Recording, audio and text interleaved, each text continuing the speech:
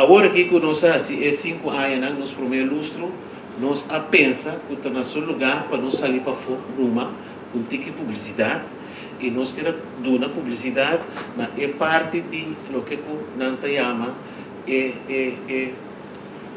corporate social responsibility, corporate citizenship. Nos responsabilidade, nos corresponsabilidade para a comunidade. Por exemplo, costa bem bom, vou seguir bem com o costo bom, sem preocupar, pero de facto botar é um tique que botar tá bem bom, é um tique que tá bem bom é a base de sustento que botar aí da comunidade que botar funcionar e comunidade a trata nos bom, não se tem papel assim nem coisa assim tá. Nós temos como critério que me se tem ambiente de governança, que me se algo vamos educacional, cultural, algo de formação, pero também me tem ambiente de trabalho voluntário, trabalho caritativo, voluntário, e naturalmente, último, me se tem necessidade, se você a região de Yensan, para o jovem que está, etc., não tem ideia. E assim nós chegamos na 3 organizações aqui, que me quero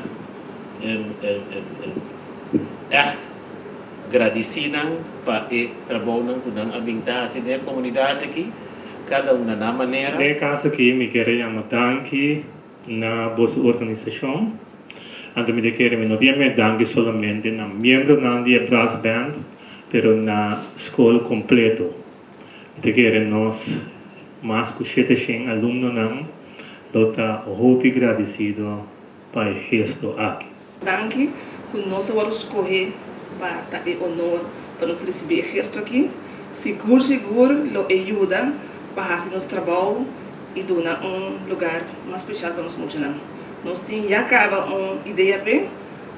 Ora nós está claro com a ideia aqui, nós está claro nossa vida boa. Passa eventos para ser conhecido para nós funcionar, plus nos casos. Nós está honrado por receber a contribuição aqui. Como Curaçao Cares, nós também nós temos publicidade para nos motivar a gente, mas nós mesmos tampouco não temos publicidade. E como Curaçao Cares, nós meta tá para nos facilitar, nos inspirar, promover e também reconhecer o trabalho voluntário. E nós temos mais sobre isso, pouco a pouco, vamos ter mais e mais atividades.